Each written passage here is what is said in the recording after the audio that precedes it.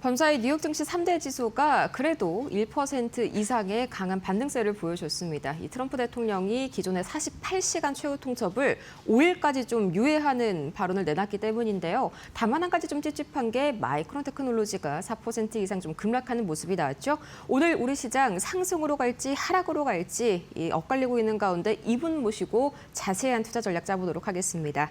이영훈 IM증권 서울금융센터 이사 옆에 나와 계십니다. 어서 오세요. 네, 안녕하십니까. 네, 밤사이에 뉴욕 증시 정말 또 유가를 좌우할 만한 이슈들이 많이 나왔습니다. 뭐 우선은 유가가 장중 넘게 10% 이상 떨어졌는데 시장은 그래도 좀 상황을 긍정적으로 보고 있는 것 같네요. 미국 채금리 10년물이 4.5%에 육박하고 30년물이 이제 5%에 근접을 하니까 네. 이른바 이제 타코 플레이가 한 번 더 나온 것 같기는 한데 이제 근거가 있냐 없냐의 노이즈는 약간 있긴 합니다만 정황적으로 봤을 때 회의는 진행되고 있는 것 같습니다. 그런데 이제 문제는 이러한 입장에서는 고개를 숙이고 회의를 할 수 있는 입장은 아니거든요. 그러면 정권의 존립의 문제가 되기 때문에 끝까지 싸우는 모습을, 투쟁적인 모습을 보여줘야 되는 입장이기 때문에 지금 노이즈가 있는 것 같은데 동시에 지금 트럼프 행정부에서 진행하고 있는 거는 미 해병을 지금 중동으로 지금 보내고 있다라는 거죠. 네, 가고 있죠. 그래서 이게 일종의 그 압박용이냐 아니면 시간 벌기용이냐 이제 그런 부분에 노이즈가 있을 수는 있지만 어쨌든 시장은 일단은 좀 극도의 긴장 상태, 소위 말해서 발전 시설을 다 폭격하겠다라는 그 위협에서 이제 한 발 물러선 것만 가지고도 일단 환호를 해서 유가가 뭐 브렌트 기준으로 $96까지 급락하고 네. 그다음에 미국채 10년물 같은 경우는 4.34, 4.4를 넘어섰다가 다시 조금 내려오고 네. 그런 그림을 좀 그려줬죠. 그러면서 미 증시가 전반적으로 빅테크 중심으로 반등을 줬고요. 근데 이제 미 증시에서도 가만히 보시면 이 합의가 임박했다라는 얘기가 나오면서 미 증시가 급등하고 유가가 급락을 했는데 정유주가 급락했다가 다시 회복을 했습니다. 네. 그 얘기는 유가의 고공행진이라고 해야 되나요? 아니면 이제 강세가 쉽게 그렇게 끝나지는 않을 것 같다. 그런 시그널도 좀 보여준 것 같습니다. 네, 이 고유가가 좀 장기화될 수 있다는 시그널이 좀 에너지주에서 나왔다고 좀 말씀을 주셨습니다. 그럼 이제 앞으로 5일간이 좀 가장 큰 분수령이 될 것 같은데 각각의 시나리오별 시장 예상 상황을 한번 짚어주시겠어요? 사실 뭐 시나리오를 여기서 제시하는 게 의미가 있을지 잘 모르겠습니다. 어차피 트럼프 마음이기 때문에 그렇죠. 이거를 뭐 우리가 정한다고 해서 이렇게 가는 건 아니겠지만 여기서 화해가 이루어진다 그러면은 일단 뭐 어차피 하단은 이제 확인이 된 거기 때문에 네. 좀 증시 전반적으로는 좀 종목을 찾아가는 그러니까 지수에 대한 부담보다는 종목을 찾아가는 어떤 그런 흐름이 나올 가능성이 있고 여기서 이제 다시 한번 또 어떤 진폭이 생긴다 그러면 좀 추가 충격을 받으면서 네. 증시가 조금 더 지금보다는 한 단계 더 내려갈 가능성도 염두에 둬야 될 것 같습니다. 그래도 약간 월가 쪽에서는 이미 선반영이 좀 많이 된 이란 전쟁이다 이렇게 해석을 하고 있던데 이사님도 좀 비슷하게 보실까요? 선반영은 많이 된 건 맞는데요. 문제는 이제 그 호르무즈 해협 쪽의 이슈에서는 네. 미국 쪽은 선반영이 많이 됐는지 모르겠지만은 한국하고 일본 이쪽 같은 경우는 직격을 좀 받아야 되는 상황이기 때문에 네. 더군다나 원유 인프라라든지 LNG 인프라가 지금 파기가 된 게 확인이 됐기 때문에 이런 부분들에 대한 어떤 부담은 우리가 안고 가야 되는 입장에서 네. 이게 진짜 오래 지속이 된다고 할 경우에 실질적으로 막히게 될 경우에는 다소 좀 문제가 생길 수도 있죠. 그래서 그렇죠. 우리는 사실은 이 부분이 어떤 시기든 빨리 풀려야 되는 거고 다행이라고 해야 할지 모르겠지만 어쨌든 양국 모두가 무기는 지금 떨어져 가고 있다. 네. 그러니까 장기전 하긴 쉽지 않다라는 쪽에 기대를 갖고 있는 거죠. 네, 정작 싸움을 일으킨 미국은 산유국이지만 우리나라는 그게 아니라는 점이 좀 참 뼈아프게 다가오네요. 이 전쟁 리스크 때문에 매크로 지표도 굉장히 좀 출렁이고 있는데 뭐 이게 주식시장이 앞으로 비슷한 이슈가 나와도 좀 내성으로 받아들일지 아니면은 좀 충격으로 받아들일지 이사님 의견도 좀 궁금합니다. 이런 이슈가 발생이 될 때는 과거에는 단기 충격으로 이제 발생했다가 흡수가 되는 경우들이 많았는데 네. 지금 같은 경우는 이제 미국도 지금 애매한 구간에 있는 건 사실이거든요. 이런 걸 자꾸 일으켜가지고 분란을 자초하게 될 경우에는 미국 자체도 미국채 수익률의 압박을 강하게 받을 가능성이 높습니다. 그리고 여전히 물가가 낮지 않기 때문에 금리 인하에 대한 기대감이 또 만약에 실질적으로 시장에서 완전히 없어진다고 하면은 거기에 따른 또 부담을 미국이 또 안아야 될 수도 있습니다. 그러네요. 그래서 이런 부분들이 계속적으로 진행이 되는 건 그렇게 바람직하진 않다. 그리고 이거 외에 지금 미국이 추가로 고민하고 있는 건 쿠바 얘기를 하는데 네. 사실 쿠바는 큰 문제는 아닐 것 같아요. 근데 이제 그거 외에 또 다른 어떤 생각을 갖고 있다라면은 사실은 그건 좀 전반에 부담이 될 수 있겠죠. 저는 그렇게까지 진행은 못할 거라고 생각을 합니다, 개인적으로. 네, 그나마 좀 다행이네요. 쿠바는 뭐 그만큼 큰 타격을 주진 않을 거라는 말씀이요. 그래도 외인들은 여전히 좀 많이 불안한 것 같습니다. 이제 지난 3거래일간 코스피에서 외인이 8조 원을 팔아냈고요. 기관도 7조 원 가까이 투매 현상이 나왔는데 뭐 이렇게까지 무섭게 던지는 이유 뭘까요? 일단 지금 지정학적 위기가 발생이 되면은 기본적으로 안전자산을 선호하게 되는데 그 안전자산이라고 하는 것도 결국에는 현금화가 가능한 현금을 원하기 때문에 달러에 대한 강세가 나올 수밖에 없습니다. 그러면 비달러 자산들에 대한 매도는 나올 수밖에 없고요. 비달러 자산 국가들 가운데서 하필이면 우리가 올해 연간 수익률이 제일 좋았고요. 또 황금성도 제일 좋은 나라입니다. 그러니까 당연히 많이 팔게 되고요. 연간 수익률이 좋았기 때문에 더더군다나 MSCI 이머징 마켓 지수 내에서의 편입 비율을 상대적으로 초과했을 가능성이 높기 때문에 거기에 따른 매도 역시도 강화될 수밖에 없습니다. 그래서 외국인들 입장에서는 전반적으로 이런 리스크가 부각이 되면 한국물에 대해서는 매도를 강화하는 과정에서 이런저런 변수들이 같이 맞물려 있기 때문에 매도가 많은 것 같습니다. 네, 그럼 뭐 같은 논리로 외인들이 유독 이 삼성전자랑 SK하이닉스, 현대차 이쪽에만 강하게 좀 팔아낸 것도 그동안 너무 많이 올라서 일단 현금을 확보하기 위한 전략이라고 볼 수 있을까요? 상대적으로 수익이 나 있는 것도 있고요. 또 거기에는 특히 그 삼성전자나 하이닉스 같은 경우는 AI의 수혜주로 지금 부각이 돼 있는 거잖아요. 그렇죠. 근데 미국 현지에서는 AI의 버블 논쟁도 있었지만은 노이즈가 좀 있잖아요. 그렇다 그러면은 AI 노이즈가 있는 상황에서 AI 수혜주라고 여기서만 치고 올라가는 거는 외국인들 입장에서는 이해하기가 쉽지 않을 수도 있죠. 당연히 이익 실현을 할 수밖에 없는 그런 구간이라고 저는 보고 있습니다. 그러면 이제 반도체로만 그동안 좀 쏠렸었던 수급이 또 어제 또 급락이 나왔지 않습니까? 이게 좀 분산될 가능성이 있을까요? 오늘장 흐름이 참 궁금하네요. 오늘 증시는 일단 어저께 많이 빠진 것들 중심으로 다시 반등이 나올 것 같기는 한데요. 네. 반도체 쪽으로 해서 수급이 들어올 수는 있지만은 그게 계속적으로 연속적으로 이어질 가능성은 좀 낮다고 저는 보고 있습니다. 일단 시장이 어떤 방향으로 진행이 될 것이냐가 중요하고요. 여전히 중동발 정세에 대한 불안감이 계속 시장을 짓누른다 그러면 네. 여전히 또 여기서 불안한 어떤 흐름이 나올 수밖에 없는데 이게 여기서 마무리 수순으로 간다고 했을 때는 그래도 우리나라 입장에서는 가장 밸류가 낮은 이유가 지금 사실은 반도체 때문이거든요.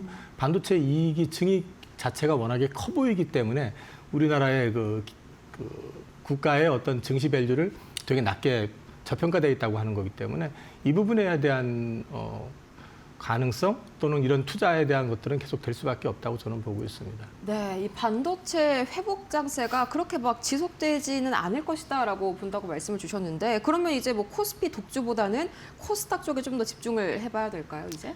일단 저 개인적으로 봤을 때는 지금 여기서 만약에 시장이 좀 안정이 된다 그러면 코스피 코스닥을 넘어서 가지고 네.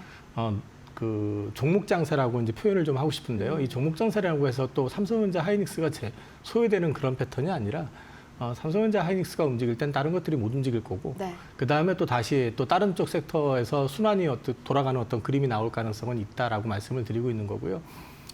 기존에 우리가 알고 있던 종목 장세하면 중소형주 중심으로 움직이는 그렇죠. 그런 패턴의 종목 장세라기보다는 말 그대로 순환만 패턴으로 좀 이해를 하면 어떨까 싶습니다. 약간 전체 테마를 두고 순환하는 형태의 그림이 나올 수도 있다. 이렇게 좀 말씀을 주셨습니다.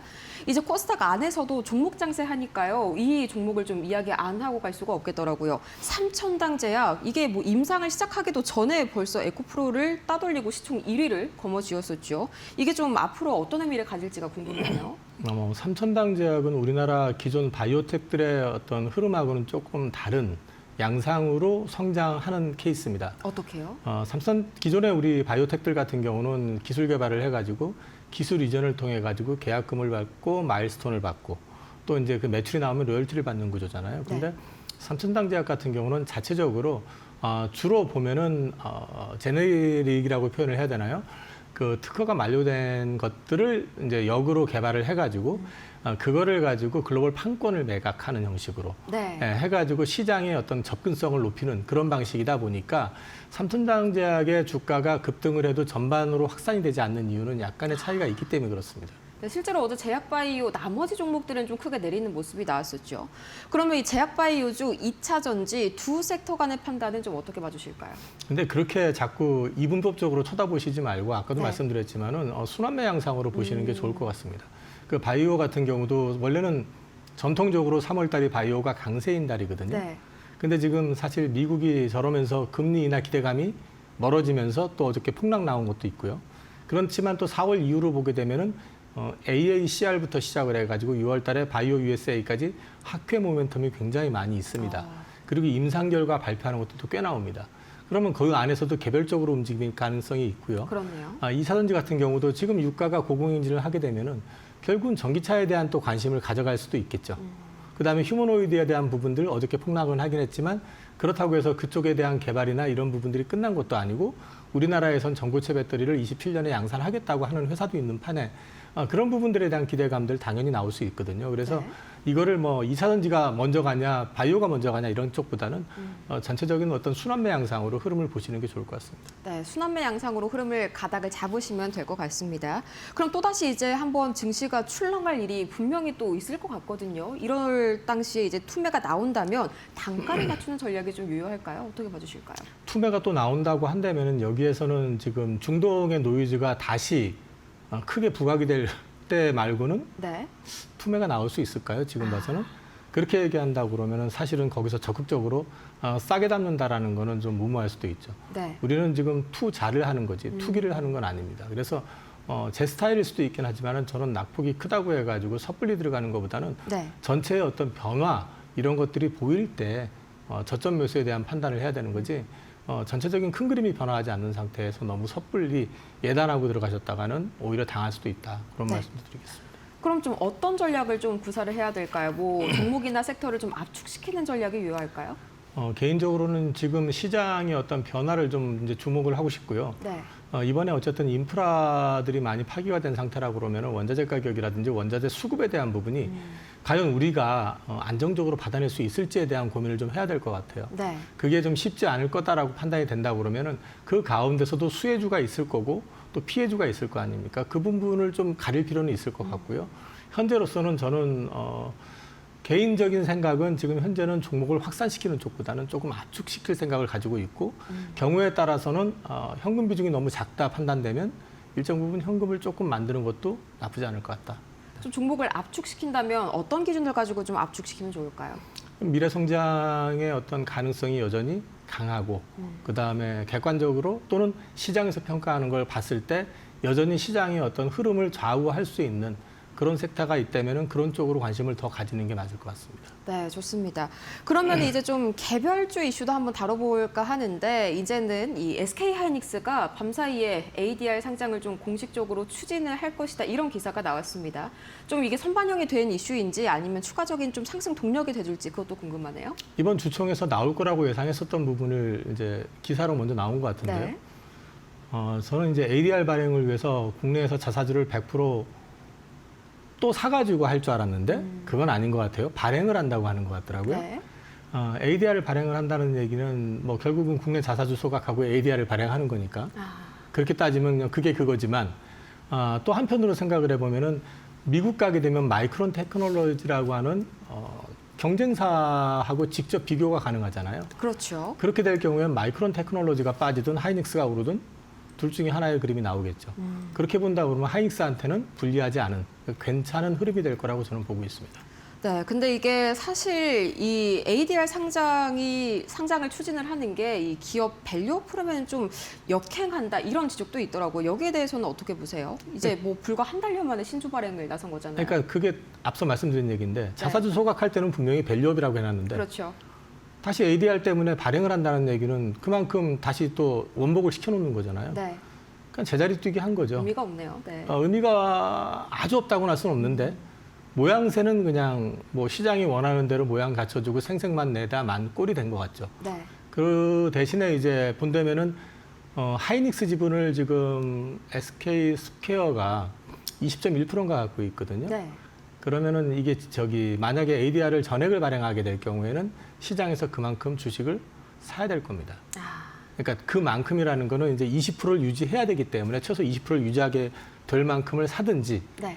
아니면 어쩌면 최상의 조건이라고 그런다면 SK 하이닉스가 일부를 ADR을 갖다 발행을 하고 일부는 자사주를 사가지고 넘겨주는 방법 이런 것도 있을 수 있고요. 그래서 그 결과는 좀 보셔야 될 것 같습니다.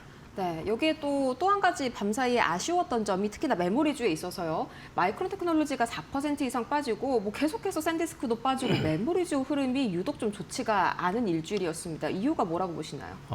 일단 상대적으로 덜 빠진 것도 있고요. 네. 그다음에 이제 앞서도 말씀드렸지만 AI 노이즈가 있는 데 있어서 메모리 쪽 회사들이 워낙에 강했었기 때문에 네. 그 반작용이 지금 나오는 걸 수도 있고 그다음에 테슬라가 테라팹 구축 발표를 얘기했잖아요. 네. 제가 그냥 생각할 때는 그렇게 될까 싶긴 한데 어쨌든 시장에서는 네. 뭐 또 테슬라니까 뭐 이제 그러면서 약간의 노이즈가 생길 수도 있는 부분이 분명히 있고 그리고 마이크론 테크놀로지가 주가가 주춤했던 건 실적 발표한 이후부터잖아요. 그렇죠. 그러면 그 이유가 뭔지를 생각을 해보면은 당초에 이제 투자와 관련된 부분들을 시장 예상보다 27년 쪽을 더 키울 가능성에 대한 부담. KPX 말씀이시죠? 네네. 그래서 이제 그 부담이 결국은 공급 과잉을 또 금방 불러일으키는 거 아니냐라는 그런 부담을 좀 가지고 있는 것 같습니다, 시장은. 네, 아무래도 이제 올해 들어가지고 우리 돈으로만 이 33조 원을 자본 지출을 하기로 한 마이크론 테크놀로지죠. 여기에 대한 부담감이 계속해서 좀 주가를 짓누르고 메모리주 전반에 압박이 되고 있는 그런 모습입니다. 이렇게 해서 오늘 이 시장 자세한 전략들 이영훈 IM증권 서울금융센터 이사 모시고 이야기 나눠봤습니다. 좋은 말씀 고맙습니다.